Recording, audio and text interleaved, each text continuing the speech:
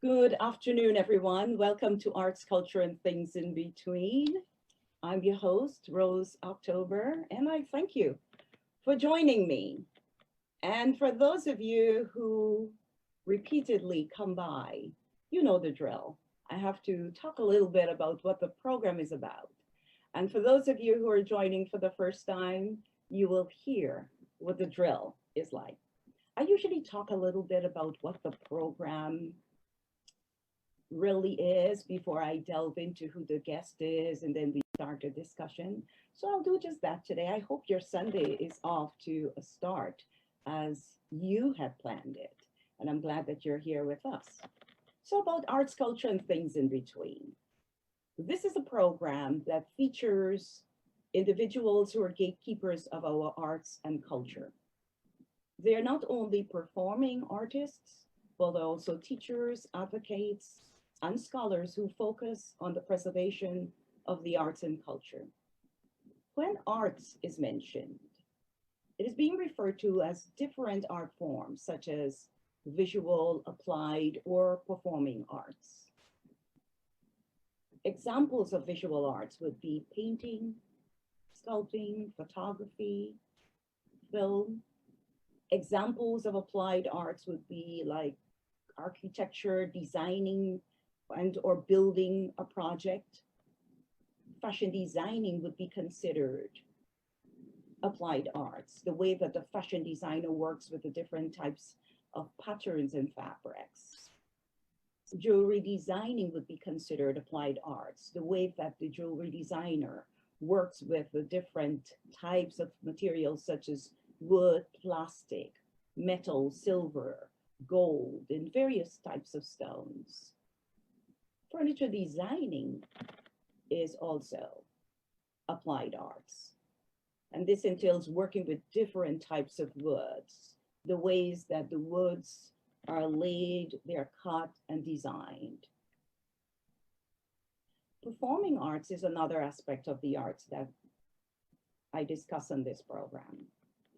And examples of the performing arts would be like music, theater, opera, drama, singing, stand-up comedy, and the one that gives me pause, dance. When culture is mentioned, culture is the second part of the name. Arts, culture. When culture is mentioned, it generally means the ways of life for a particular group of people. So for this program, it is inclusive to mean the various groups of individuals that embrace ways of life. In other words, looking at attitudes and behaviors of us. But what is important to note is that as culture is mentioned, I'm really looking at how practices are passed from one generation to another. Things in between, the last part of the name of the program, has to do with life's issues that affect the execution of the arts and cultural practices. This involves both positive and negative experiences that become part of the creative process. So I'm happy to tell you that today's program will feature heavy on things in between. It will focus on the things in between in a way that will give me an opportunity to wear my social worker's hat and discuss life's issues. As we know, October is known as the month of breast cancer awareness. And today's guest is someone who will not only discuss how her creativity is therapeutically used, but also educate us about breast cancer as she openly discusses this illness. But let me read a little about this huge person by sharing her bio with you. Marcia Gordon is a Guyanese. She's a young creative and a thriver. She received her primary education at Sacred Heart Primary School, then high school education at the Bishops High School and Queens College, respectively, all in Guyana. She later attended the University of Guyana, where she attained a Bachelor of Science in Biology. She has impacted several areas of society with her simplicity, positive energy, and helpfulness. So from her childhood years, Marcia has been involved in many activities. She's hosted weekly children's television programs as part of the United Nations International Children's Education Fund, UNICEF, where she served as an advocate for her primary school in promoting the theme, respect. She led the charge for her peers who followed in the path and promoted the respect revolution. She has volunteered in assisting children to read at the Guyana's National Library. In 2005, Marcia graduated from the Bishops High School, and then in 2007 from Queens College in Guyana. She was a leader of several groups. While at the Bishops High School, she was the president of the Interact Club, which is a subdivision of the Rotary Club of Georgetown Central, and the treasurer for the InterVarsity Christian Fellowship. She continued her involvement in these groups when she attended Queens College.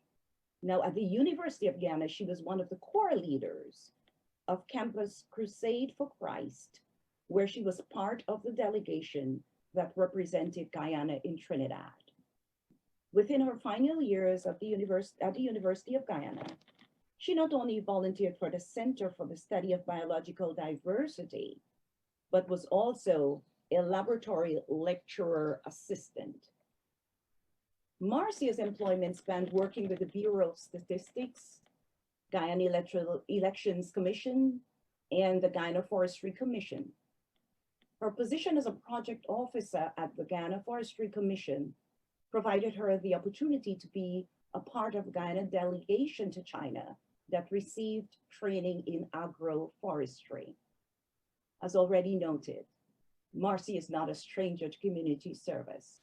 She was a member of St. Andrew's Kirk Church, where she was a Sunday school teacher involved in the coordination of classes for dance, steel pan, and the church's annual vacation, Bible, and Christmas presentations. She's also been a lay preacher for the Presbyterian Church of Guyana. Marcia has been recognized for her community service. In 2007, while in Guyana, she received the President's Youth Award, Republic of Guyana, where she was a recipient of the Bronze Level Award. In 2018, in the United States, she was the recipient of the Golden Arrowhead Award of Achievement and Distinction by the Guyana Tri-State Alliance, Inc. This was to honor her service and dedication to the community. She's also received several recognitions by the Health and Education Relief Organization for Cancer, Inc., HEROC, for her optimism, courage, and determination in the fight against breast cancer. Marcia looks at life as a jigsaw puzzle, which is one of her hobbies. These puzzles serve as a great source of her therapy. She believes that eventually all pieces of life will fall into place. And as such, she takes the time to laugh at the confusion, learn to dance in the rain, live for the moment, and know that everything happens for a reason. Marcia continues to be an inspiration to many amidst her present adversity by living the concept of mindfulness and holding onto her belief in God.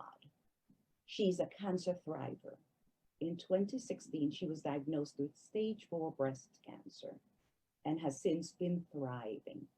She is an advocate for breast cancer awareness and a voice that encourages young women to be cognizant of their health and wellness. Ladies and gentlemen, boys and girls, I have the distinct pleasure of sitting today and chatting with the lovely Marcia Gordon, and I will be calling her Marcy throughout this discussion today. Marcy, welcome. How are you? I'm very well, thank you. You are. So, love to be part of this program and chatting with you.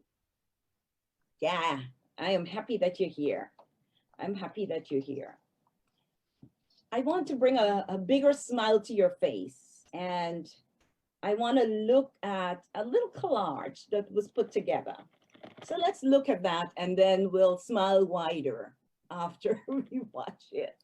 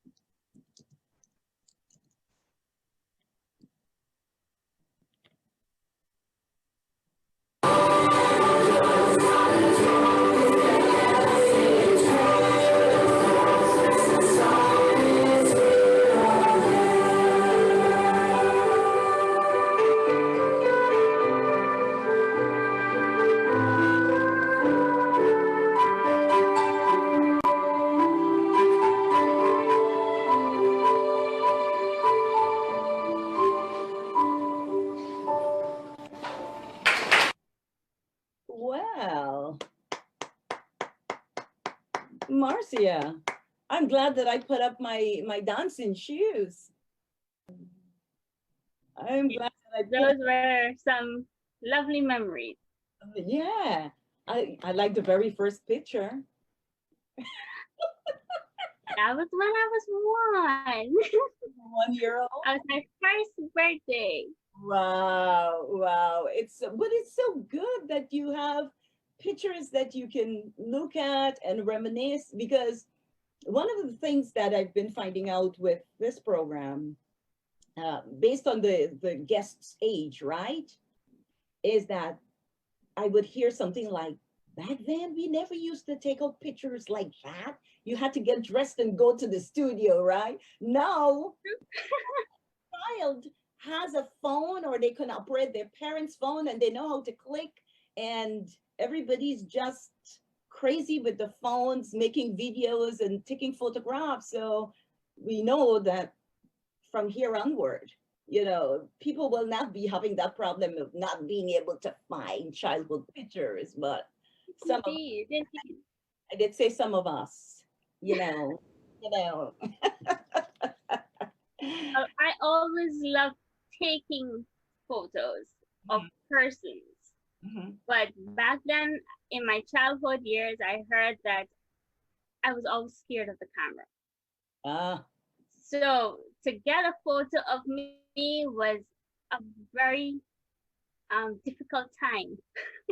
Wow. Or a different period for my mom, especially when she was trying to get me to pose with the umbrella or something. But yeah, but now it's different times. I get to be the one behind the camera. Well, hey, different time too, different time. So, you know it. I admire you. I admire you for so many different reasons. And the word eclectic comes to mind because there's so many dimensions to you, Marcia. And as I was preparing for our talk today, I thought that you are an educational institution on your own, and I say that because there's so much to learn from you. And I know that today you are going to allow yourself to be vulnerable. You've given yourself permission to be vulnerable in sharing your life, your story, which we will discuss later. And I truly, totally applaud you for this. But what did you want to become after we've looked at those pictures of you going through your developmental stages in life? What did you want to become when you grew up? Do you remember? Oh, well, I had a list of three things. It was to be a pediatrician, a teacher, and a parent. Those were my three things, my three standard things that I wanted to do. Pediatrician, a teacher, and a parent. And a parent. Yes. And a parent. Yes. That so during my childhood days, those were the three, my constant three. Did they change along the way? Well, the only thing that changed was being a pediatrician. Because I did not venture into medicine. But I looked at it as being a teacher. I became a Sunday school teacher for children. Right. And then I'm now a godparent for 4. So despite I'm not a biological parent, I still parent 4 children, 2 boys and 2 girls. Okay. And let's not forget all of those children in the Sunday school. I'm sorry, in so many ways, being a teacher in any role, you at times replace that parent and become the parental figure because those children are entrusted in your care. So you've been a parent more than 4 times over. At least from my assessment, I would say that. What is your most memorable of your experience growing up? The most memorable. It can be described as terrifying, but a blessing. I can remember growing up, my dad and I, we loved looking at cricket together. And we would back opposing teams. So during one of the advertisements, I decided to go check on my mom, who was hanging out clothes. In Guyana, you have a pulley attached to the banister of your veranda and to probably a coconut tree at the backyard. Yeah. And she was hanging out these clothes.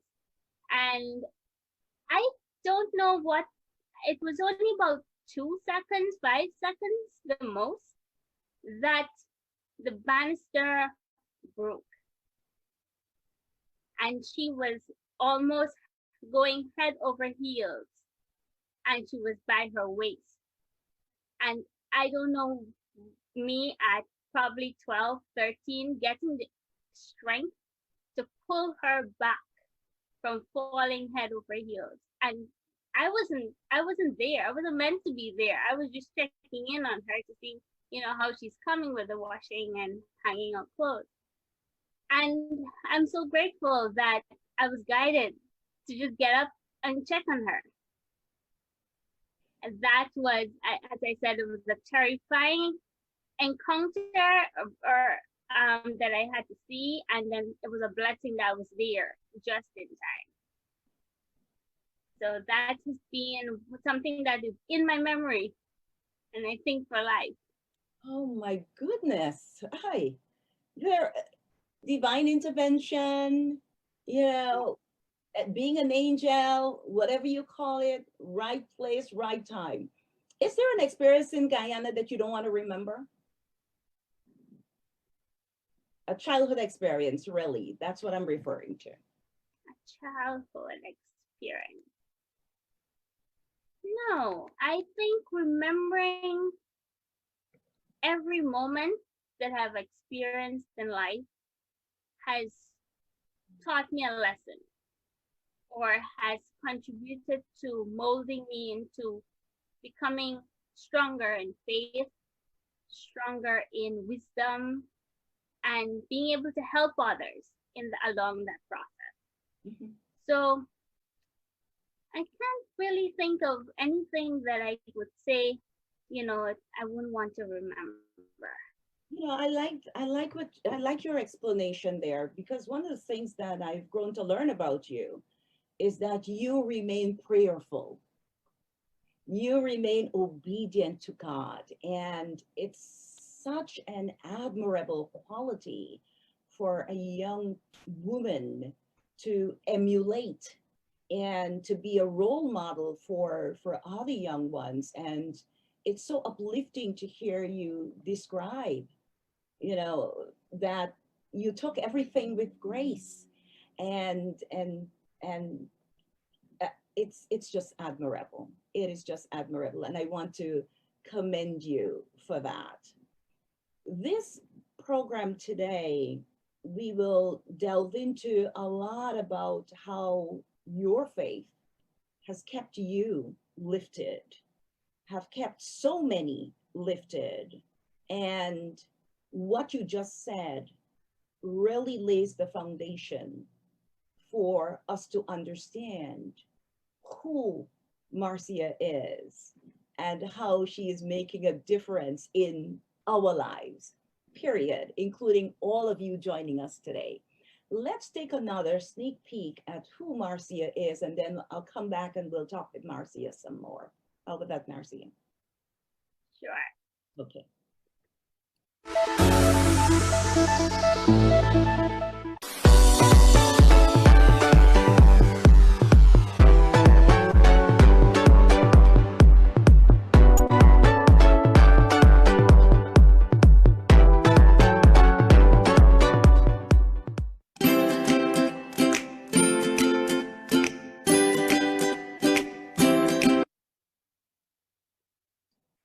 So Marcia, one of those pictures there, you were actually wearing a hard hat? Yes, it's part of the safety measures when you're in the forest. All right. I just wanted to make sure that I was seeing. You've attended the University of Guyana and you have a bachelor degree in biology. Yeah. And you worked at the Guyana Forestry Commission, visited China as part of the Guyanese delegation for training in agroforestry. So I'm going to ask you the $1,000,000 question. What propelled you to go for a degree in biology? Okay, yes, you wanted to become a pediatrician, but you went for biology, and then what? Well, with biology, that sort of puts you in a pre-med position. So if you want to pursue medicine, you can go over to medicine after your first year of biology. And of course, that's where you're kind of in between. You're not too sure or what side you want to go on, medicine or biology. So I had the perfect opportunity to pursue medicine.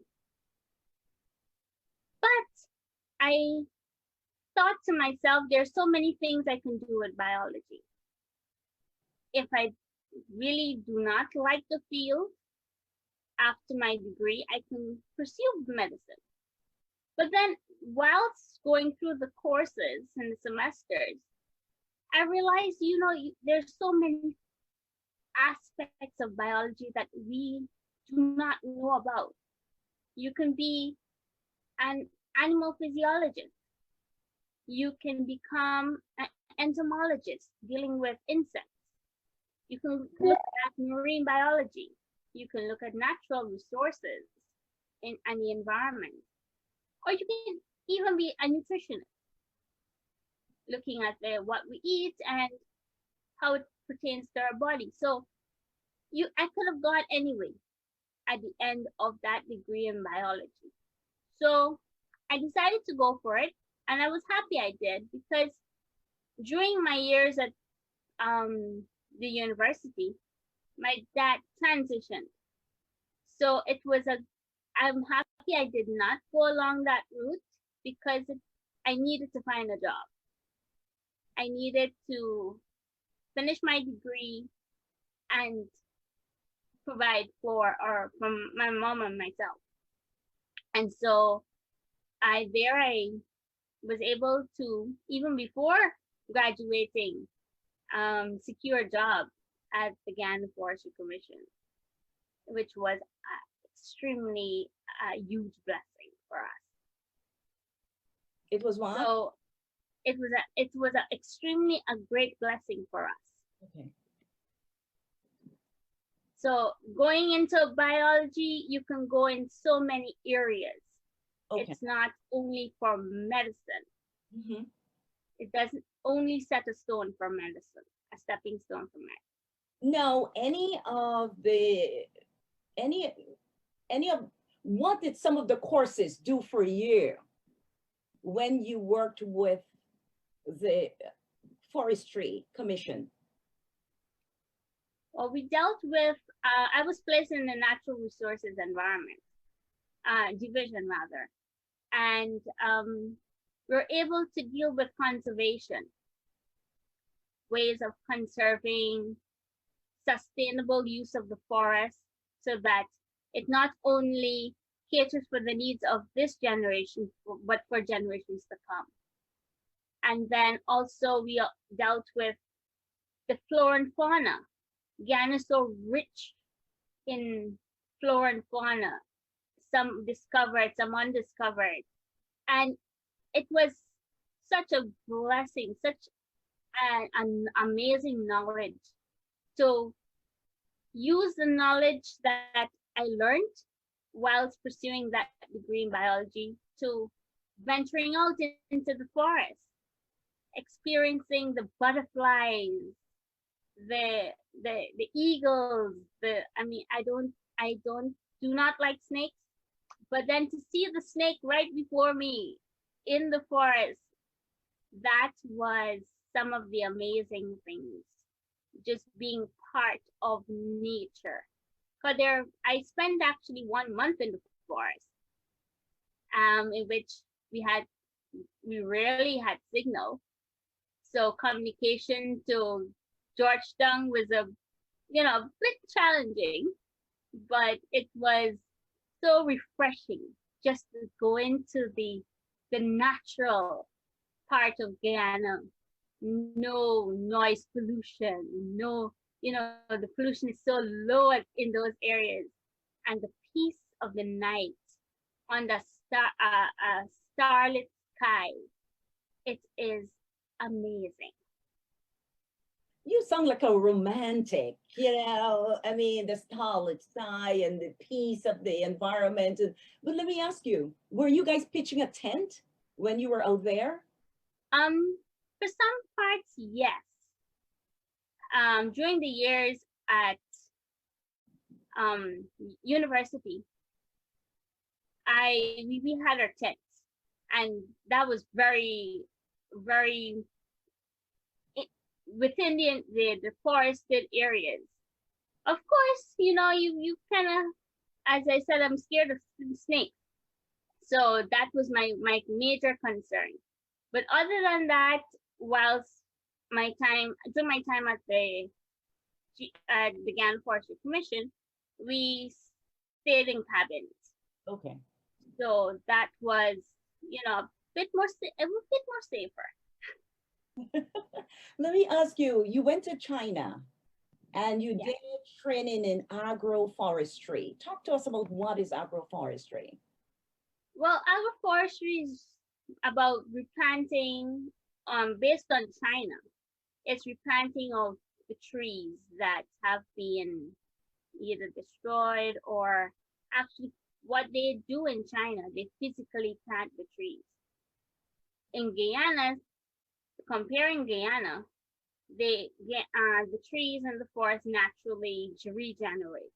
So, you have seedlings coming up naturally, but in China they physically plant each tree, and they do use more of the fir, the fir trees, and their forest is very clean. They have a clean forest floor. So the experience in China was, of course, their temperature. Our zoning is not the same, so our temperatures are different. But it was an interesting experience to see the differences in forests and how they manage the forest. Now, how much of what you learned you were able to implement in Guyana? If Um, it was more of, for example, we would be able to implement it in the mangrove area set of of of the forest, of the natural environment rather, because with mangroves, because of the erosion of the, remember, they're planted right by the sea as a sea defense, so you constantly have erosion taking place. So persons have to physically go and plant each mangrove seedling. And so that would help in terms of patterning China. okay. So No, I don't know, in Guyana. Marcia, but a few years ago, gosh, I want to say 8 years ago, there was this big movement in Guyana about saving mangroves. I don't know if you heard of it or remember it. And I Yeah. remember especially along Flasinjan Road, there was some kind of movement there. And then I think on the East Coast in, I don't know if it's Buxton. Belfield to Golden Grove. There you go. You got it. Belfield. Yes, yes, yes, yes. Gosh, I failed that test. I actually went to Belfield, did a tour, and that's where it came up. That is a very good tour to do. I was actually part of that committee whilst at GFC, and it's amazing that they use it for a multi-use of the mangrove area that is designated. It's protected. Mangroves are protected by the Forest Act. And then they have honey being made within that same mangrove forest, and also they have tours which generates an income. Also, they use the wax. They make beeswax. They produce all these products, right? Handmade by the villagers. Yeah. So that brings in also an income for them. It's so funny you're saying all of this, Marcia, and it's coming back to me because I remember that they have the products for sale, the honey and the beeswax and all of this stuff. And I'm just looking at the site here at some comments, and Claire Goring said at Cove and John in Victoria, they planted a lot of mangrove trees there too. So I guess that's where it's coming back to me because I have some connection to Victoria. But I did make that tour at Belfield. I remember we went to where used to be or where is Belfield's girls' school. I'm not sure if it's school, please don't come for me, folks. I don't remember clearly, but I did the tour, I swear. Yes, going on the horse cart. The what? The horse cart or the donkey cart. I don't remember that. Well, usually that's how they carry the visitors that are going through the mangrove along the seawall. I don't remember that. Okay, well, that probably at one time that was in place. The modernized ways of transportation. But thank you for that schooling. Listen, I never paid attention to agroforestry, to really sit down and read about it. And here we are getting some education from you about your forestry education, your biological education that has been put to work by working at the forestry. Kudos, kudos, kudos. Let's look at some more of Marcia's dimensions, and then we'll come back. How about that, Marcy? No problem. Good.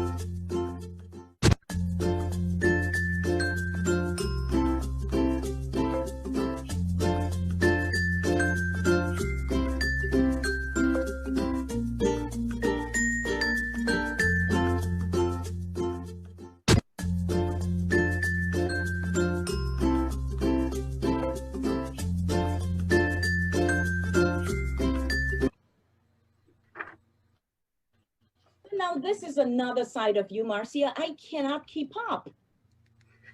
I really cannot keep up. You're a very creative person. What we just watched there was a snippet of Marcia's handiwork, the postcards, the centerpieces, the biscuits. I mean, and I believe you're self-taught where this creative work comes in. Am I not right with that? I love experimenting, but the inspiration started with my mom, from my mom. Okay. She started making handmade cards as a hobby, and then had become her little assistant, a little helper, and then we started doing it together. And then it became a tradition at Christmas that we had these cookie cutters, and I love seeing color. Color brings a smile every time I see it. So putting a bit of food coloring on the various shapes for Christmas was something that brought me joy. And then I always liked experimenting with florals. So that's where the centerpieces came in. Uh-huh. You know, you mentioned Christmas and I can't let that go. Folks, so you know, Yes. she's crazy about Christmas. One Christmas just ends and she starts to count down to the next one. You know, she just loves Christmas like that. It's only 68 more days to Christmas. Oh gosh, thank you, Marcia. We appreciate the count. My pleasure. So you've learned from your mom, um, your wonderful mom, Alex, about baking and the postcards also. The postcard, Yes. yeah, the Yes, it was. The centerpiece was something I was experimenting with, Okay. and I love the concept of a candle being lit. So I would usually start my centerpiece from with a candle, and then work around it. Okay. What about a candle being lit that you like? Um, my mission has always been to shine a light wherever I go. So using the centerpiece or whatever I do, I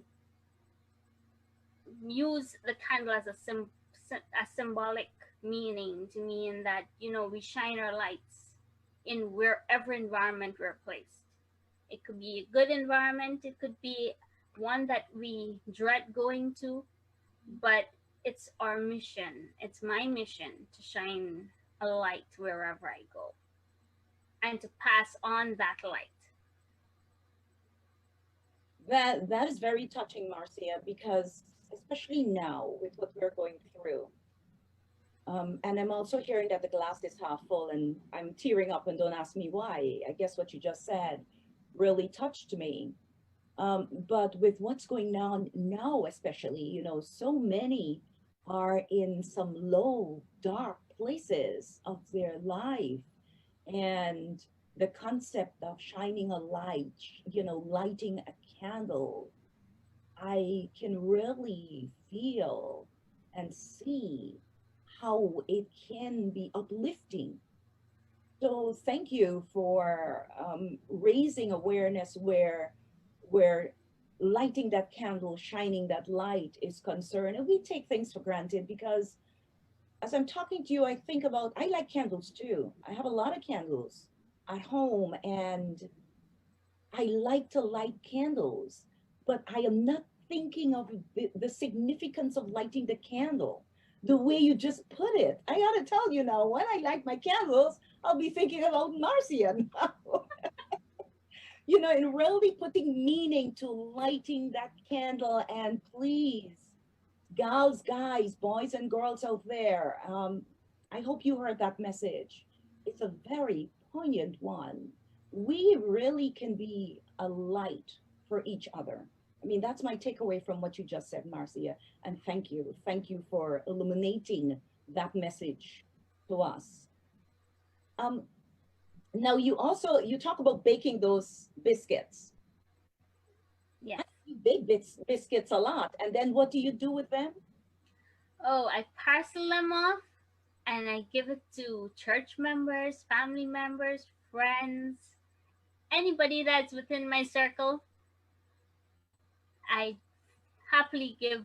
It's like my, because Christmas, I mean, yes, I love Christmas. And the reason is that the love, joy, and peace that rules in that time of year. Everybody comes together, regardless of religion, race, gender, whatever the case may be. Everybody unites around, especially around that time. And then it's a way of, because Christmas is the, as for Christians, is the birth of Jesus Christ, our savior coming into the world as a child, a baby, and so humble, so meek, so mild. But we kind of get, we lose the message of Christmas because we're focused on material things. We're focused on how much this gift costs and what I can buy and what I can get rather than what I can give. So giving comes, plays a huge role in, for me, at Christmas. I mean, of course, you have the entire year. Every day is Christmas. You have the entire year to give. But then giving of yourself more at that time brings a joy, brings, going back to that light, brings a smile.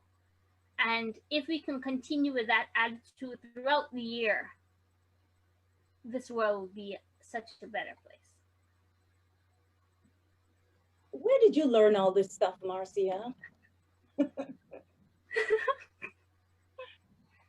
This is from my foundation in church.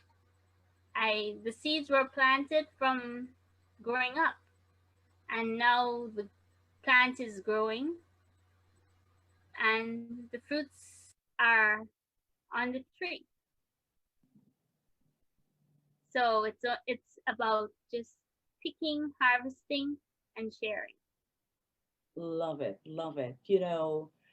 Your your role models, your teachers, your other parents, in addition to your biological parents, your mom, Alex, and your late dad, and the aunties and the cousins and everybody, I am sure they have to be proud of the young woman that you are. And I just want to say to the world that I am proud of you, Marcia. I'm proud of the way you teach us as a young woman every time. And I I mean that from the heart. There is always a learning that comes when I have a discussion with you. And I look forward to these, and I'm glad that we're able to do this and share some of your wisdom with other folks. And I'm not being selfish here. I'm saying let's share it. Let's share the wisdom. Now, you've just started making, we're talking still about your creativity here. You've started making door wreaths. Yes. What happened there? Well, I noticed these wreaths on people's doors, and I'm like, some of them are, need some repairs, and I was looking at it and like, I could put something together and come up with something. And I took a trip to the store one day and with my mom and my second mom, Auntie Lerna, and we got some items. Now we decided to put them together, and they actually did come out pretty, pretty nice. And so we're trying. It's now starting, so it's just now, trying to get the ideas flowing. Mhm. So what I'm also hearing here is that there might be a little small homegrown business here blooming with biscuits or cookies, postcards, wreaths, center pieces. I mean, why not? Why not? And those lovely postcards, Marcia, those lovely postcards. I mean, you can really feel the tender, loving care that go into the postcards. I mean, I have some of them, and really, they're keepsakes. I got some from you, and I really don't want to write anything inside and send it to anybody because it's so nicely done. They're decorative and they're comparable. Also, I have to tell you, to those that we spend $8 and $10 for these days. A postcard is very expensive in the pharmacies when you go through the card stores and the card aisle and all of that. It's $7, $6.99, $7.99, and we're not talking homemade cards yet. And I know that that's really love that goes into those card making, and I have to invoke my sister girlfriend Claire Goring here because she does homemade cards, and I know the work that goes into it, but right with the work there is the love of the arts, of doing the craft, the creative expressions. And I wonder, how is it for you? I mean, I'm telling you how I'm receiving it, but I'm wondering, how is it for you? Who is the one making the cards? Well, as I said, it's a team effort between me and my mom. And it's not really postcards, it's greeting cards. Handmade greeting cards. And well, of course, you can guess without a doubt what are my favorites, the Christmas cards. So I have a joy in making those. And then for somebody's birthday, like I can get creative with, especially if I know the person and what they like.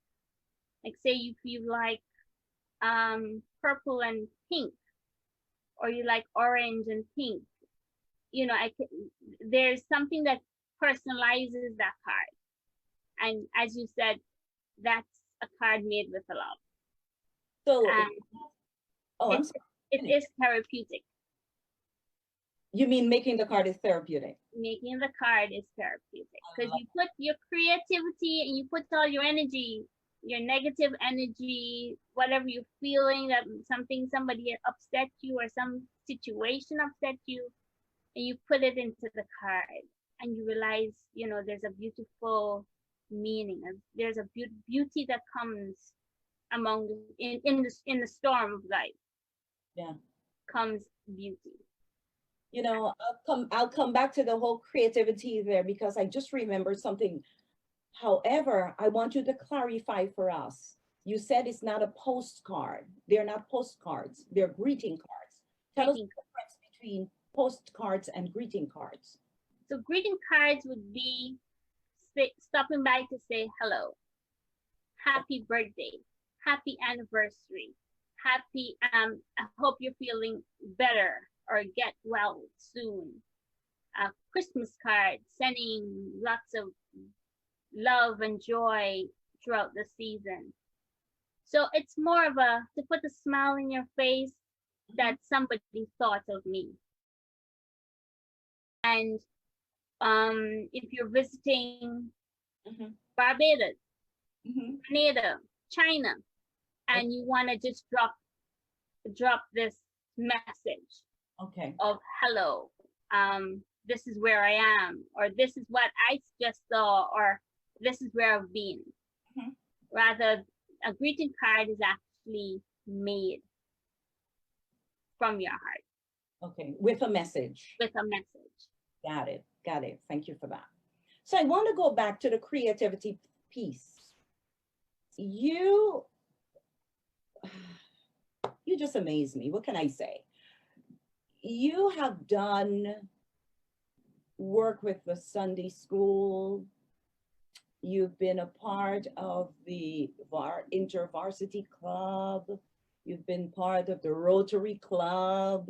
You have recently done some creative work with Ghana Cultural Associations through the summer workshop series, whereby you were like a parent to all those children who were a part of the summer workshop series.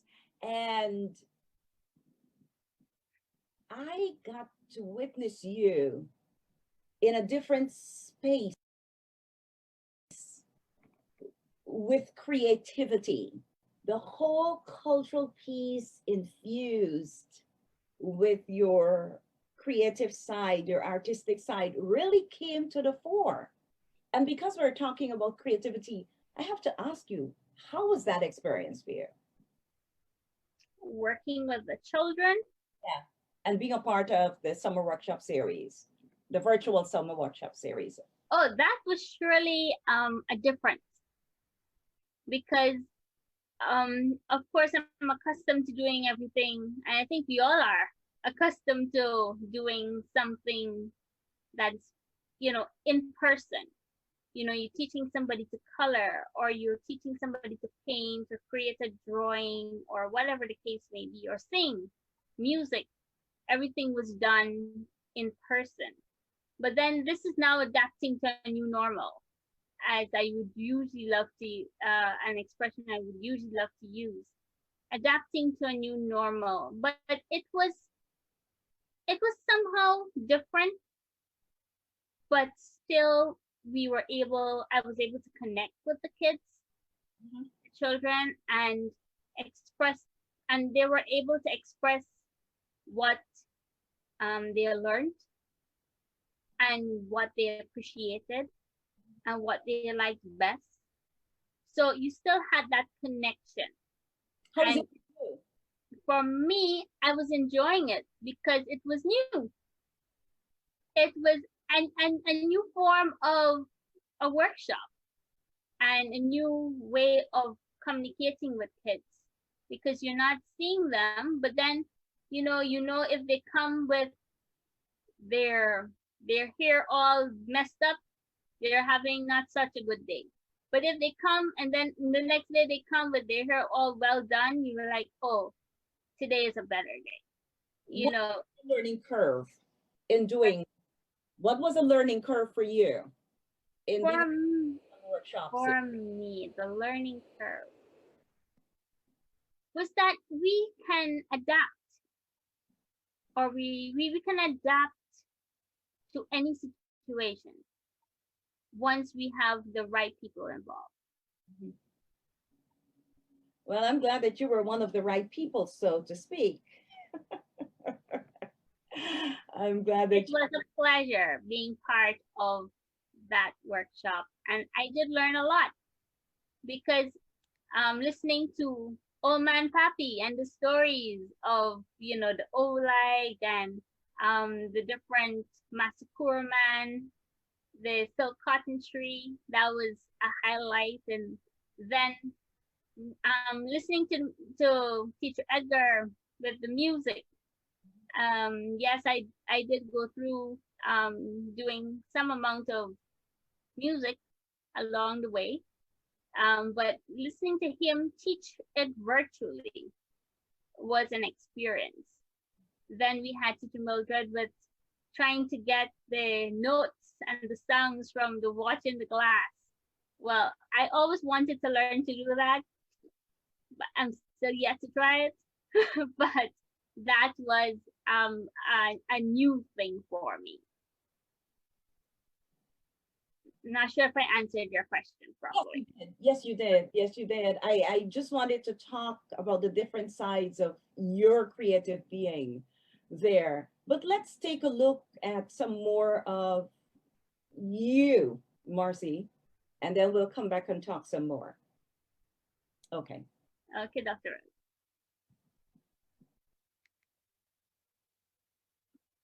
Having cancer is not a death sentence. It is adjusting to a new normal. It is a horrible disease that seems to be on the increase, especially in our youth. Do not allow cancer to stop us from living. Whether it's going to a dance recital, or decorating for my cousin's birthday, making mischief with some caterpillars, having tea with great company, learning the traditional summer barbecue with Auntie Lorna, admiring the sunset, venturing to new heights, trying to catch a fish, or playing bingo with He-Rock, playing games on a boardwalk, snapping a shot of a double rainbow, eating vegetables, wearing bored hair, playing checkers, getting into some adult coloring, and trying to go to church almost every Sunday. Like our situation may change health-wise, learning to adapt to a new normal is the key instead of being depressed and focus on the things we cannot do. After my surgery, I was told that I cannot lift anything heavy. A few months later, my limit was set to 10 pounds. Is this lifelong? I do not know. But I cannot spend each day and be focused on what I cannot do, because then I would have missed the joys of what I can do. Just remember, giving up is not an option. We are given life as a test, whether it's cancer or something else in life. That seems to be a stumbling block. Tammy Stokes Earl reminds us to cherish every moment of every day. Cherish every step that we take. Cherish every beautiful thing we see. Cherish every song that we hear. Best thing that we can do is not to think, not wonder, not imagine, not obsess, not just breathe, and have faith that everything will turn out for the best. Mindfulness continues to be my theme. Taking one day at a time has become reality. It relieves less stress, worry from your life. Just live life to the fullest each day, simply enjoying every moment, making a difference, and shining our candles.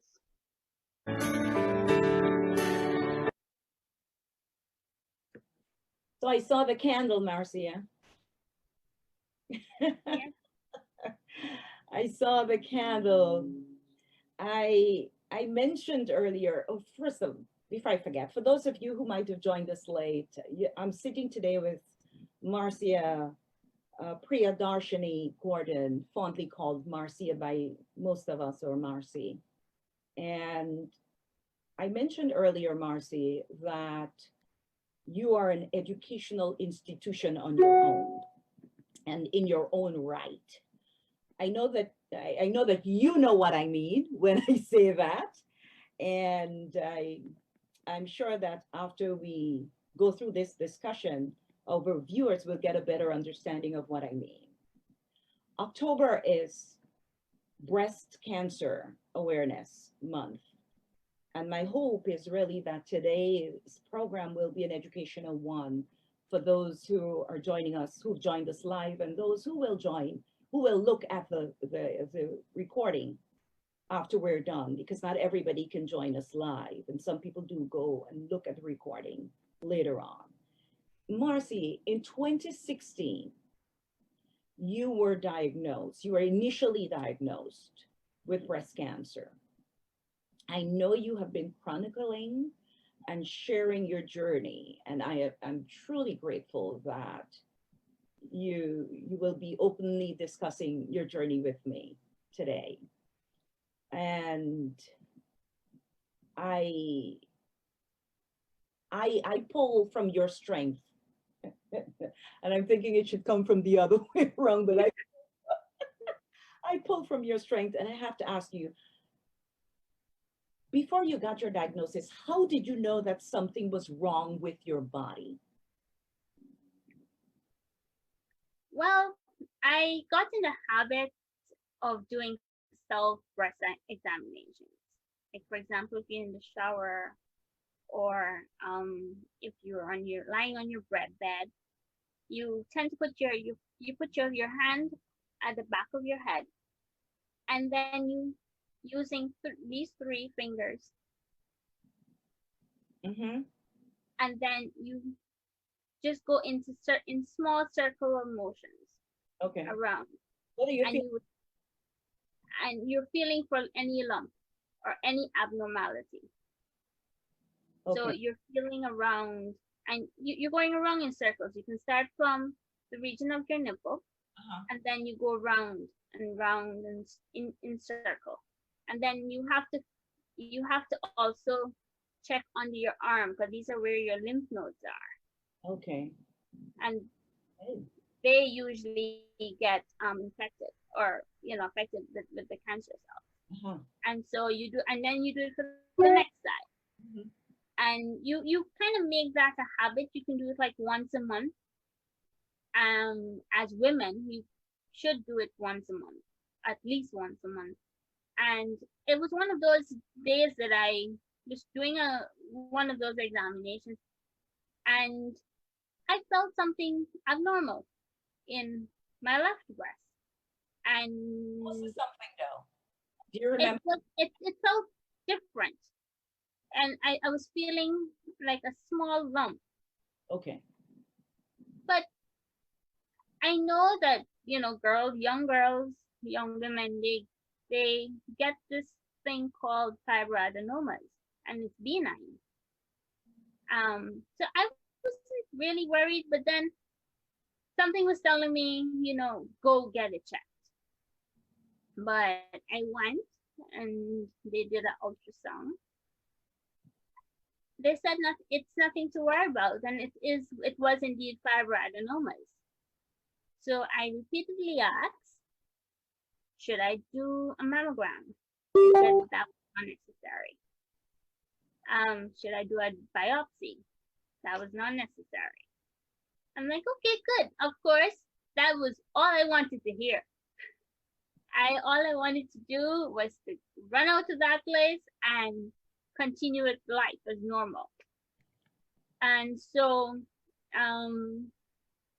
after a period of a few months, about I think it was around 8 or 9 months, I started getting these shortness of breath. Mind you, I wasn't getting any of the symptoms. There was no redness. They said that your breast usually look like orange, the skin of an orange. I wasn't getting any of that. There was no discomfort. There was nothing. So I decided to go get it checked again, and I was told the only way to know what's there is to do a biopsy, and so that was done. So when they did the biopsy, it came back as a cancer cell, but you can only definitively know really where the cancer is located by doing a scan. And so they did one of those overall scans, and that showed the locations, several locations, because it at this time it had spread, and because of it being estrogen positive, progesterone positive, which is hormonal positive, it grew very quickly. And I am saying ER positive, you would constantly hear these terms, ER positive, PR positive, or HER2 positive or negative. And these are just cancer receptors. Okay. So somebody can be positive for ER and PR, which is estrogen receptor positive or progesterone receptor positive. Mm-hmm. or they can be negative for the ATR2 receptor, which is a human epidermal growth factor receptor 2.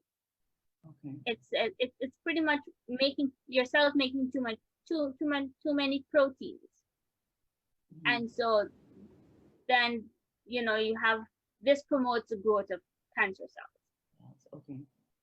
So that's why you would hear sometimes everybody has a different treatment protocol, because not everybody's cancer is the same. Yeah. It's like it's not a one size fits all approach. So Marcia, you said that there was a 6-month gap. And there was about what 8 to 9 months gap. 8 to 9 months gap between when you were told not to worry and then to worry, pretty much. What happened after you realized that cancer was present? How old were you? I was 26. You were 26. And you were told you have breast cancer. Yes. And then further tests showed stage 4. Okay, slow down for a bit for me. So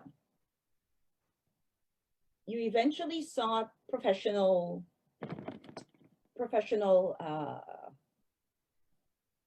help, intervention, right? You went to the doctor. You were told there's nothing to worry about. 8, 9 months later, you found out that, yes. Something to worry about.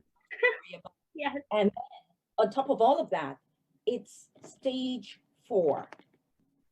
What's going on in your head? At that point, I was more concerned about telling my mom than anything else. I did not know how to, when to. That was the first thing on my mind. I had forgotten I just heard about cancer, and my focus was on that. I was a chicken for about 9 days before telling her, and mind you, yes, 9 days she did not know a thing. Of course, she probably felt. Who was with you, Marcia? Who was with you when you? My mom and some family friend, yeah. So who in that circle did you tell? I did tell the family friend. Okay. And so she knew when I'm like, I don't know how to approach this. But eventually I got the courage because the appointment was coming up. Right. And so I can't go to the appointment without mommy. Right. And so that's how mommy knew. Of course, she was numb. But and then I think at that point, she already knew that she had a feeling. I guess all mothers have this feeling. You call it? Yeah. Yes. That, something was amiss. And so I broke the news to her, and we started treatment. Well, we didn't start treatment, really. We started the hospital visits, the doctor's appointments, because there's so many things that has to be done before treatment starts. And then I was not, because of how advanced the cancer had spread or was, I was not a candidate for chemotherapy, radiation, or surgery. And the next option was chemotherapy pills. Because at that point, my oncologist looking at the scan was alarmed. And the only thing they could have advised was chemotherapy pills. But thankfully, I had my two mentors, my two mentors who are doctors, and they looked at my age and they said, "You can do it. Go for the aggressive treatment." Now, I have a lot of things going on in my head right now, and I don't know which way to go. But okay, go for the aggressive treatment. What does that mean in plain English, Marcy? So this would be chemotherapy going through your veins. This would be the actual you sitting in the recliner, getting all the Benadryl, the Decadron, the steroids, getting the full works of all the real chemo, the strong chemo, the aggressive chemotherapy. And this is where you get, everybody gets these side effects of nausea, loss of weight, um, your hair loss, the whole works, the whole 9 yards. All of those side effects? Yes, well, it's part of a list. And I think that list is so long that, you just say, oh, okay. It's just another list of medical side effects. Mm-hmm. But these hit you hard. For some others, it's different for everybody.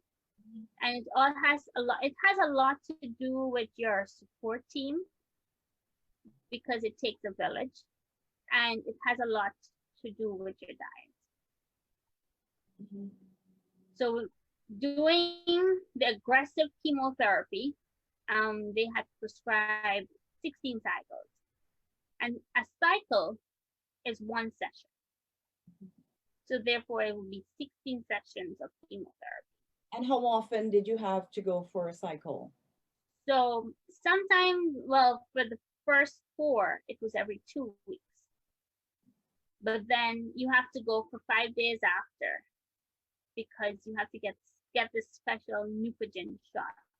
Okay. Which boosts the red blood cell, which boosts the white blood cell count. Okay. Because your body, with the chemotherapy, you're already immunodepressed.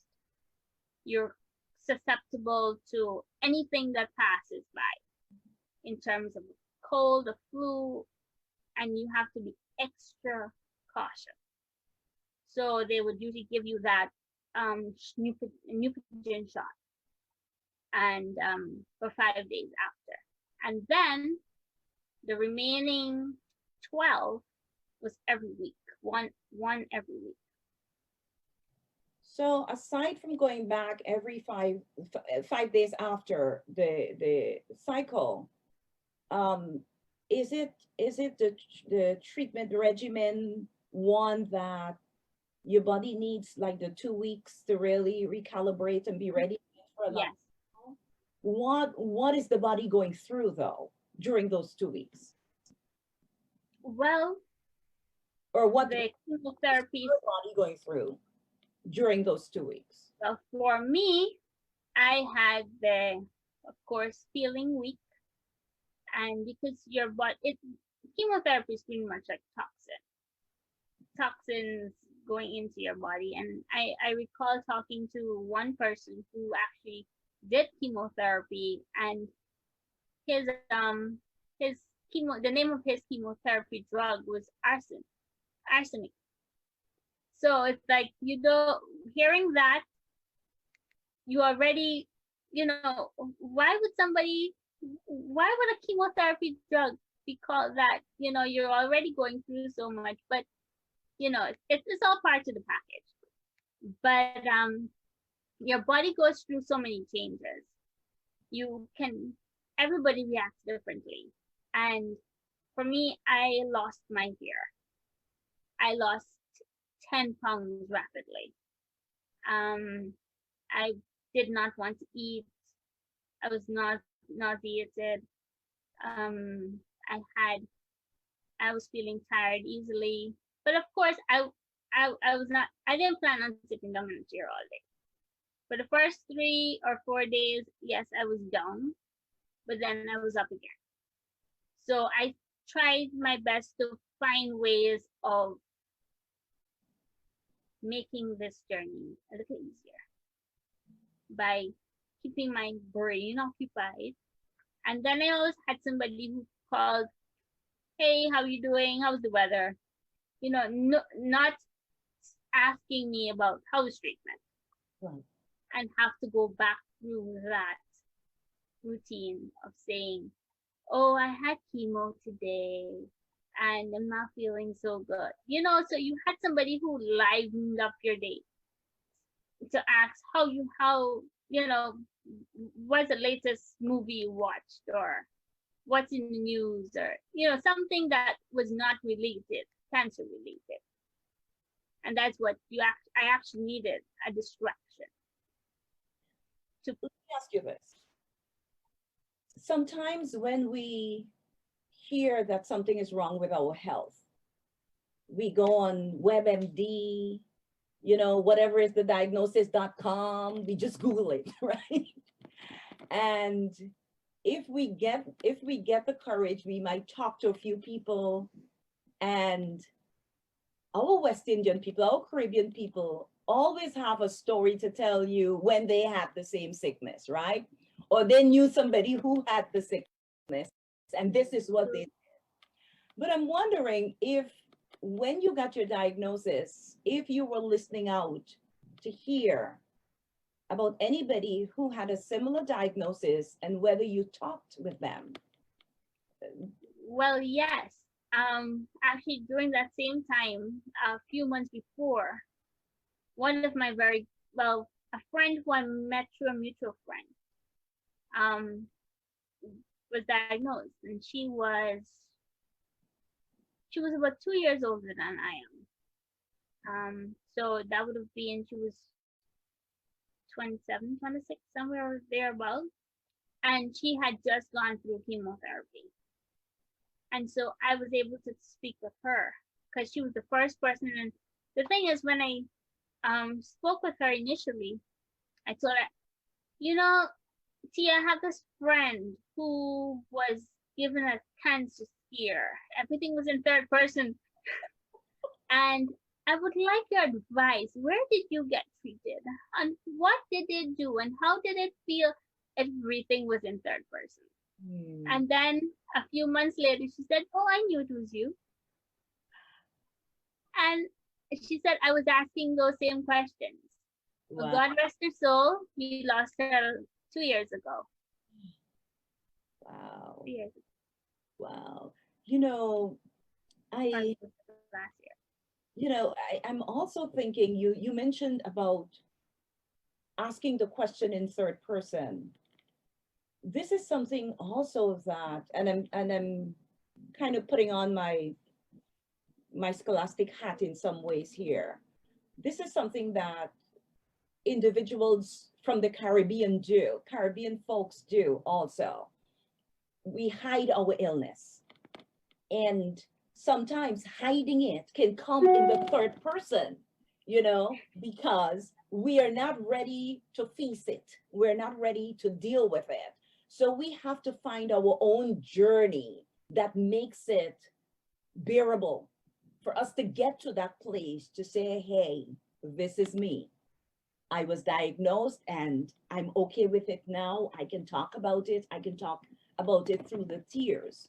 But the culture in the Caribbean is really to hide illnesses. And one of the things I'm remembering my late mom would say, you don't buy sickness. I grew up hearing my mom saying that, in other words, it's okay to talk about it. Of course, when you're ready, right? When you're ready, because there is a level of respect that has to be acknowledged there when someone is ready to talk about what's going on with their body, because the body is private. But you've gotten through hearing the diagnosis, you told your family friend, 9 days later, you told mommy. Oh my gosh, I don't even want to think about what mom was thinking. But how were you getting the courage to share with other people who you knew would have been supportive along the way? I mean, I know you had to take your time in really getting Marcia ready to talk about it, but how was that for you? For me, I wanted my first cycle to start,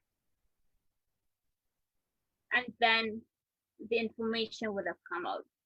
Sadly, it was given out prematurely, not by me, but I was happy. It was actually it was a blessing in disguise that I didn't have to say I was diagnosed with stage 4, but rather it was a time in which I can give updates. Okay. So I looked at it as a way of I don't have to say what it is. They already know. It's now for me to use this as a learning experience and a teaching experience, Mhm. a way of getting it across to somebody who may be going through the same battle that I am. Mhm. And it may not be cancer. It could be something else that is health related or, or socially related. But it was a way of let me know what is happening first. Because before, I did not know when chemotherapy was going to start. Mhm. As I said, there's so many procedures or medical procedures you have to do before getting to the start of chemotherapy. It's not the diagnosis today, chemo tomorrow. Yeah. It takes a period of time to get started and to get you into the right protocol, because you don't want, especially, and then you have to get the receptors. Those receptors are so important because you don't want to be treating someone who has an ER positive and you're treating them as if they're ER negative, Yeah. because it doesn't really do anything to the cancer cell. So it's important to know those receptors. And so it's like, I needed to know when chemo was starting and to start my chemo. And that was the first time I posted something, a photo of me being first day of chemo in the recliner, hooked up to what somebody had referred to as the big guns, to get those cancer cells out. So, it was, I just needed the confirmation of when treatments will commence and the day it commences, that I can relate this information. Yeah. Because of course everybody was asking. Well, I'm going there now. I'm going there. Was there any time you didn't feel like talking to a particular person, any person who might have come to you in a way that was abrasive about your diagnosis? If there were, I can guarantee you there was not going to be a second call. Okay. Okay. Because I tried my best to ignore negativity. Mhm. So, it was a way of weeding out, in a manner of speaking, weeding out the negativities. Right. And then everybody had their, oh, you should try this. Oh, you should try that. Oh, this worked with this person. I'm different. How about the bush medicines? Oh, yes. Try the bush. It works. But I did we did experiment with some diet changes. Of course, drinking a blend of vegetables, all made at home, smoothies for that boost of energy and bodybuilding, protein, just as a backup. It wasn't to replace chemo, or it wasn't to or substitute, whatever the case may be, it was used along with, just to build the body up. Because remember, as I said, it's toxins going into your body, and you need you need the vitamins, you need the minerals, you need that extra boost that you somebody that is not suffering with a stage 4 cancer diagnosis would need. So you need that as part of your diet. Oh, Marcia. I I'm speechless and thankful at the same time.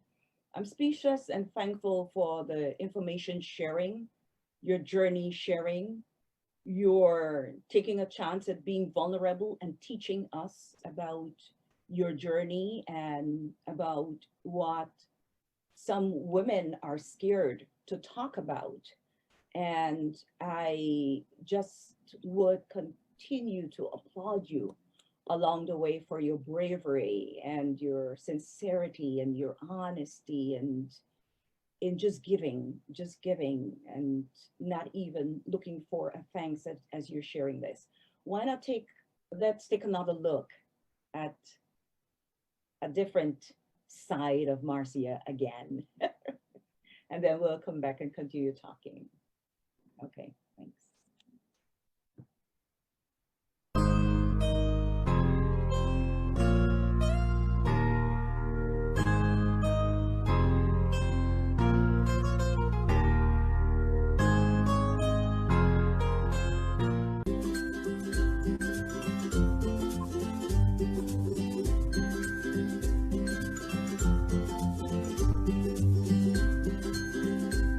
Living life as a cancer thriver.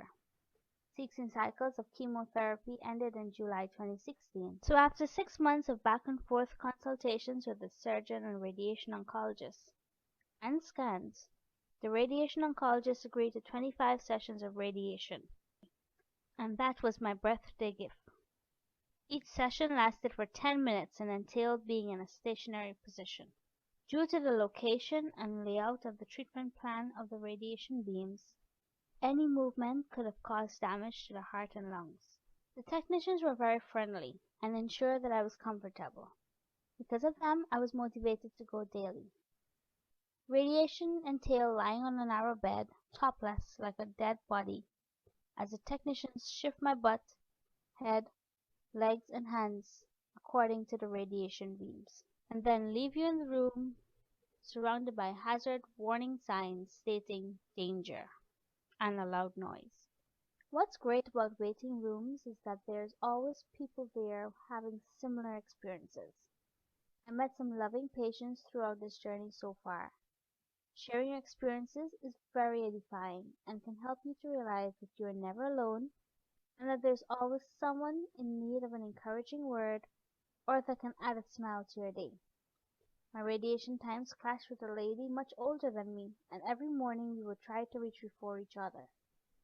This was her second time being diagnosed with cancer, and hence second time during radiation. We both learned a lot from each other. Some radiation tips. Drink lots of water. It lessens any damage to the organs and keeps you hydrated. Maintain good nutrition. Where you can, do not wear a bra. If a bra has to be worn, ensure it's wireless. Wear loose clothing, no deodorant, no shaving of area, no perfume. Lukewarm water and pat dry. Use unscented cream. Protect the skin from direct exposure to the sun and keep the area fully moisturized. 2 weeks after radiation, I met with the surgeon, who cleared me for surgery. And 1 week later, on March 1st, 2017, I was in the operating room to do a double mastectomy. This was my first surgery ever. I did not know what to expect, but I knew that I surrendered everything into the hands of my Heavenly Father. My focus was that there will be less cancer cells in my body after all this is done, and that was comforting enough. Days at home after surgery were challenging, as I was constipated for weeks. Any movement was painful, stiff neck due to sleeping upright, simple handmade card or visit from someone can add so much to someone who is recuperating, meaning when adversity hits. My goal each day was to try to walk faster than a tortoise, which I eventually did in about a month. My diet continued with juices and smoothies.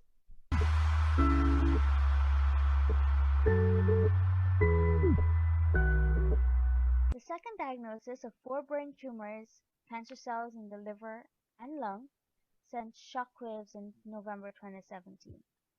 The treatment plan was gamma knife radiation, which was a 6-hour procedure with a space looking like a head attire. This followed daily chemotherapy tablets in 4-week cycles and regular brain MRI scans throughout this year. Oh, not forgetting the steroids, which made me look like a blowfish. During this year, the brain tumors are now radiation scars, but must be closely monitored. The lungs and sternum remain stable with no increases. However, the one in the liver during the year became very lonely and so invited company. But a few months later, one of the two got evicted. There has been no increases or surprises. We're back, guys and gals. I'm Rose October. I'm sitting today with Marcia Gordon, who is a thriver. And I'm emphasizing thriver now. Earlier on, we talked about Marcia and her creativity side, her creative side, and being a young creative, so to speak. This aspect of the program, we're talking about Marcia's journey as a cancer thriver. And Marcia, thank you for sharing more of your journey with us. You're a thriver. Some folks have never heard about thriver. Most folks have heard about survivor when we talk about cancer. When we talk about cancer survivability. Could you quickly tell us the difference between thriver and survivor? So I believe thriver was coined recently. Yes, it was. Because I did search for it in the dictionary and it's not there. Right. So, but thriver is when somebody who is a cancer patient that's still undergoing treatment because there's still cancer cells around and in different places. Mm-hmm. Survivor is when somebody has pretty much survived it and is not undergoing treatment as aggressive. There's no, it would be a scan coming back clean. Okay. Whereas with a thriver, a CT scan coming back with highlights or spots of cancer cells being around the body. Got it. Thank you. So in March 2017, you made that life-changing decision? Yeah. How was making that decision for you? All I was concerned about was to have less cancer cells in my body. As long as you can go, go. It wasn't about how I look or feel. I just wanted it to be gone. If it meant reducing the cancer cells, so be it. I had already understood what was before me and what I was dealing with. And then I had as I keep saying, it takes a village. It's not something you can do on your own. No way. A cancer journey, it's like, while there are many different roads that we take in life, it is those who walk with us that makes the journey worthwhile. So having that support team, that village, helped to persevere and to have that determination that when I get through this, I will be better. I'll be healthier. I have less cancer cells in my body. So I wasn't looking at the body image.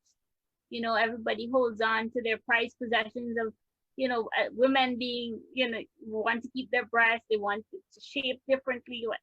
I just wanted the cancer cells out. Out. No, The garbage bin is there. Go. how long did it take you to make that decision, Marcy? I think it was a decision that was already made in my mind because I already knew that it was so much in one breast.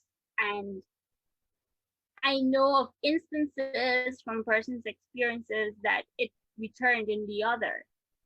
So I just wanted the both out one time. So in other words, the radiation and all of the different interventions, they were not working. It did. It reduced it so that made surgery possible. Ah, okay. If it wasn't because of the chemo and the radiation, then surgery. Remember, chemo, radiation, or surgery were not options. Okay.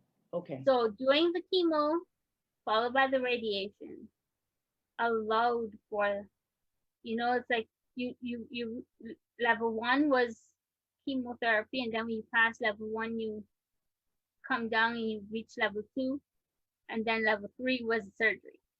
Okay. So it's like you have to pass 1 and 2 before you reach 3. So chemo, radiation, and then surgery. Now, you mentioned the piece about body image. And because it's breast cancer, it's not to say that men do not suffer with breast cancer. Men do suffer with breast cancer. But you mentioned body image is a big thing for women, more for women than men. And yes, men do experience body issues. Yes, they do. That's for a whole different talk show when we get bodybuilders on and we can talk about their body image issues. But you mentioned something that's very important. The breasts are a part of our bodies. It allows us to showcase our 36, 24, 38. It plays a part in how our clothes fit. It plays a part in how we feel, our confidence, how it's boost or it's not. And you said, you know what? I don't care about that. I just want these bad cells, these cancer cells out. How has your new normal, and this is your words, your phrase, I learned that phrase from you, Marcia. How has your new normal been when you put on your clothes? How are you dealing with that? At first, it was hard to get clothes to fit, but then there's padded bras. You put on one, nobody don't even know. So it's like you adjust. Yeah. And I think that's one thing in life that we're always forced to do, adjust to what is the new normal. And so for me, wearing a padded bra was adjusting. It was pretty much adjusting to the new bra. I didn't hear padded bra. No, is there a thought about prosthetic breasts? Have you thought about that? Was that? Oh yes, and I threw that. Well, I pretty much threw that out the window too.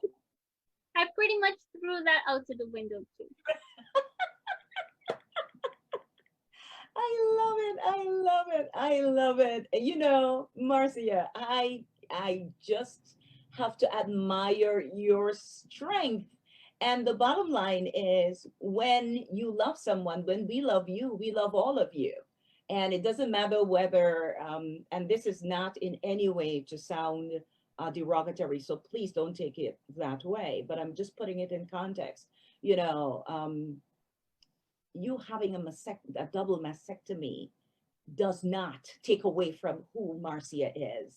Marcia is still the loving person who wants to shine a light in everybody's life. You're shining many lights right now because like me, like myself, I'm getting a lot of education around breast cancer awareness. And I'm sure that some who've joined us and who will watch the video later will get an education that they couldn't even pay for, you know. So I'm really thankful that you're being this vulnerable in sharing your journey. Um, Now, to this point, how has treatment been going for you? Treatment has been good because everything is stable at this point, so no surprises, no increases. I still have to take my double cocktail of medications every day, so that helps. That has been helping, and thankfully, the scans are stable. Good, good, good. So why don't we look at some more of Marcia? This woman has so many sides, so many sides. And then when we come back, we'll just talk about wrapping this up because I can't believe it's 2 hours that went by, just like that, just like that. So let's watch a little more about Marcia. For those of you who've joined us late, I am sitting with Marcia Darshani Gordon, and we're talking about her life as a young creative and her life as a thriver, given that this is Breast Cancer Awareness Month. So let's watch some more, Marcia.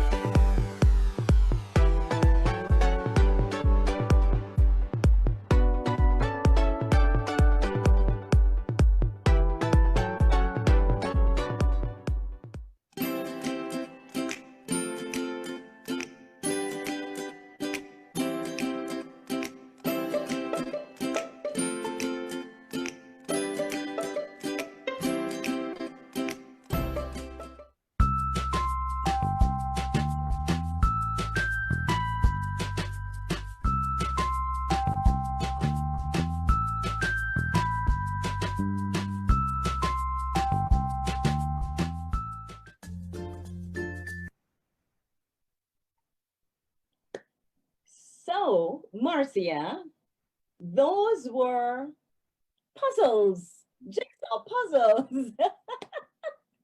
Those were jigsaw puzzles that Marcia spent time putting together. And, you know, just before we watched that clip, I talked about you being creative. And I need to tell you guys and gals who might have joined us late, Marcia is self-taught in the land of creativity. Marcia also, I have to put this out there, Marcia is responsible for putting up the YouTube page for this program, Arts, Culture, and Things in Between. And if I'm not mistaken, she taught herself through this stuff. You know, I mean, this woman is just full of creative juices that flow, and I so admire you. Did I say how much I admire you, Marcia? Did I say that before? Okay. So you are on your road to, what I would say is recovery, Marcia. And part of your recovery plan, in my assessment, is you're giving back to the community. You know, I would say that you're giving back to the community by being a part of this program, the way that you've developed the YouTube page, program, channel for it. You've been a part of giving back. You've been giving back to the community the way that you've worked with summer workshop series, the virtual program this year. I know that you've done some work with Impressions Dance Theater. You and your mom, you've come together and you've done some work there with the creative summer program that they have. And the big one for you is not just your church that you're involved in Guyana. I know that you've been doing the whole virtual thing, and HEROC, you know, health in Education Relief Organization for Cancer, Inc. You're a major part of HEROC, and I don't know how you get the energy to do all of this stuff, Marcia, but you do it. And I had to show the puzzles because when I go to the HEROC's programs, your puzzles are present. And if you all didn't know about Health and Education Relief Organization for Cancer, Inc., HEROC, please Google them. Please find their Facebook page. Please follow them. They're doing such awesome work in the community to address cancer awareness.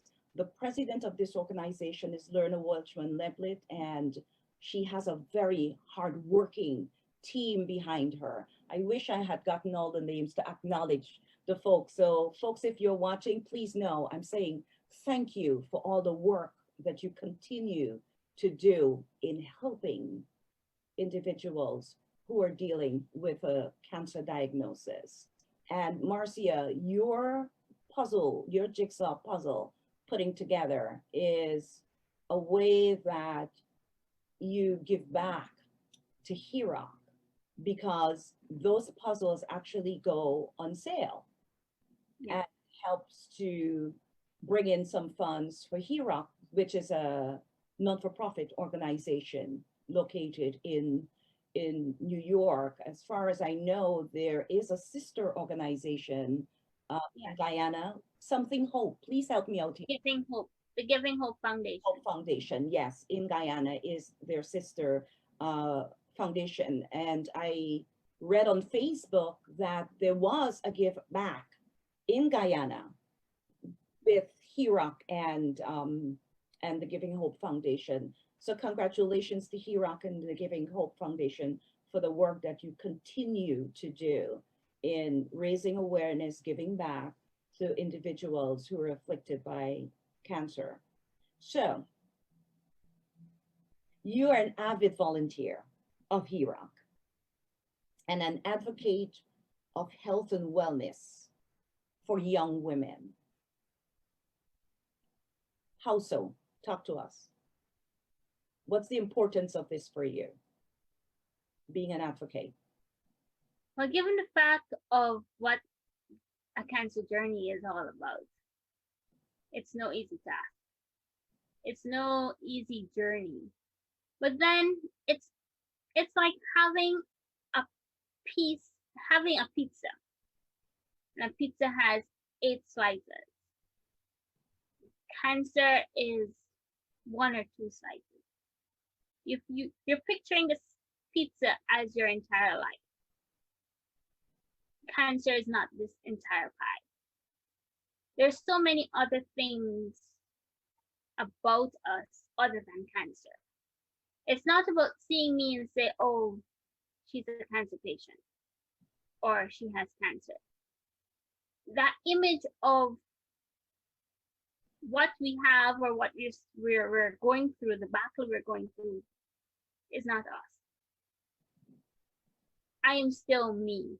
I still have, I'm still able to make the most of what I can do, given the adversity and the circumstances.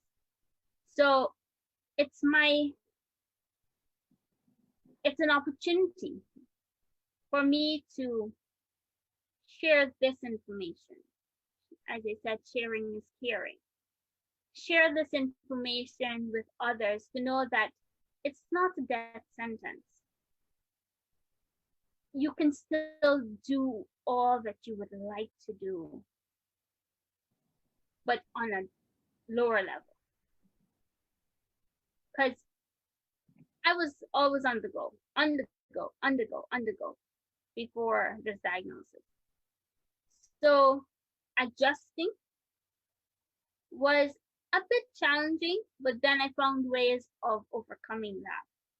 And then that is my message to persons who think that they have fallen into a hole because of a diagnosis or because of some adversity.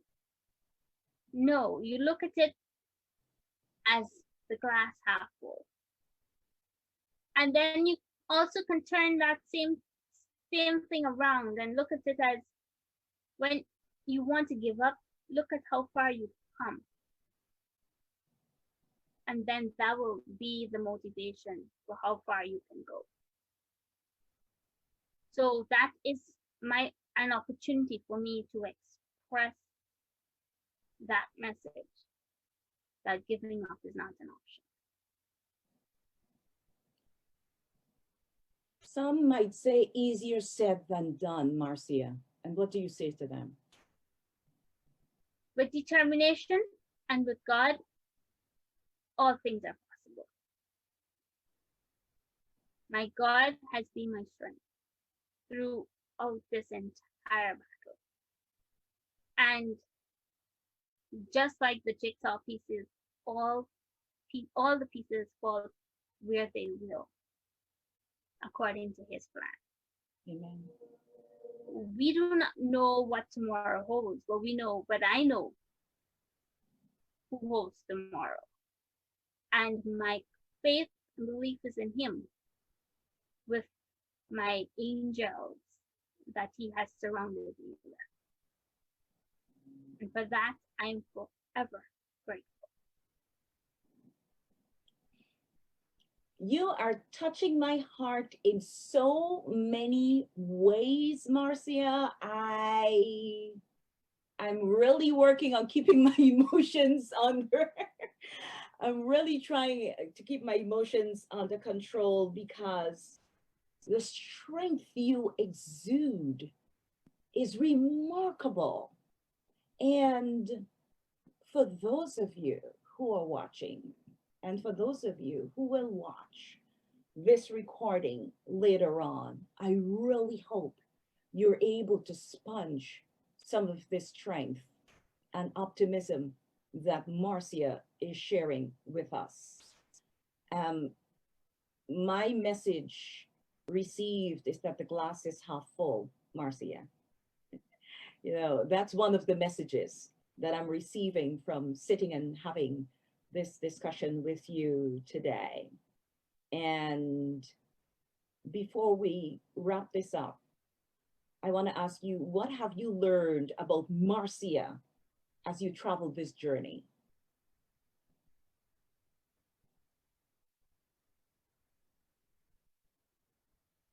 There has been so many things I've learned along this journey. And I know overcoming the fear of needles was one. Because prior to this diagnosis, I burst into tears at the sight of a needle coming in my direction. Now, having a needle coming in my direction is like the easiest thing now, because of all the other procedures that I have had to face. But I'm thankful that there's still angels around that are willing to have that do have your best interest at heart. Not every day you come across them, but they are angels on earth. And I have been, and I'm a testament to having them. And you are one of them too, Dr. Rose. And I thank you, and I thank all my angels for being part of this journey, because this is not my story. This is everyone's story that has been a part of this journey. From the person closest to me, my mom, to somebody who I don't even know, that has reached out in some way or the other. This has inspired in some way. As the songwriter wrote, if I can help somebody as I pass along, then my living would have not been in vain. Well said, Marcia. Well said. As we wrap this up, Anything else you would like to say to us?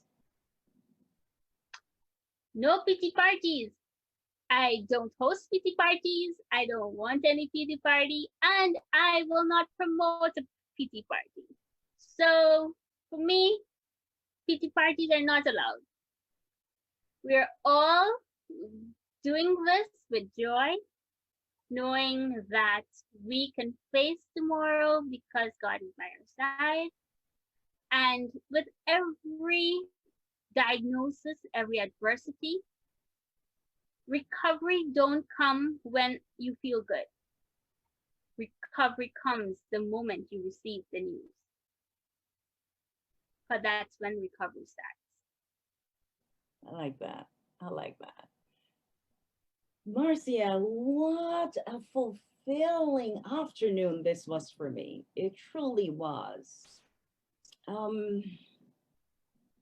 But before we close off, I have to send some special words out to the Health and Education Relief Organization for Cancer, Inc., HEROC, because I know that Lerna and team and supporters have been doing such an awesome job, generally speaking. But I know within that organization are some of your angels that you talk of. And I would like to say to them, thanks for being your angels. And your number one angel, your biological mom, Lady Alex Gordon. Thank you, Mom, for showing us what motherhood, what parenthood at its best looks like in your daughter, Marcia, who is a true example for the world to see. A young woman of strength, a young woman of character, a young woman of truthfulness, a young woman who is God-fearing, a child of God. We are so thankful for you, Alex, and the work that you have done as a mother in raising a wonderful person, human being, young lady in Marcia. We are thankful for you. On that note, I have to say thank you to everybody who's joined us today. And I really hope that this has been a learning experience for you, like it was for me. One of my mantras in life is that learning is a lifelong process. And this afternoon, I truly learned more from you, Marcia. And I thank you for sitting with me and being vulnerable, like I said, and being open and sharing your journey. And that should be a double thank you, because I also need to thank you for doing the website of the program. I say this all the time, but here, YouTube channel. And I have to say, thank you. Go ahead. The YouTube channel, not the website. Yes.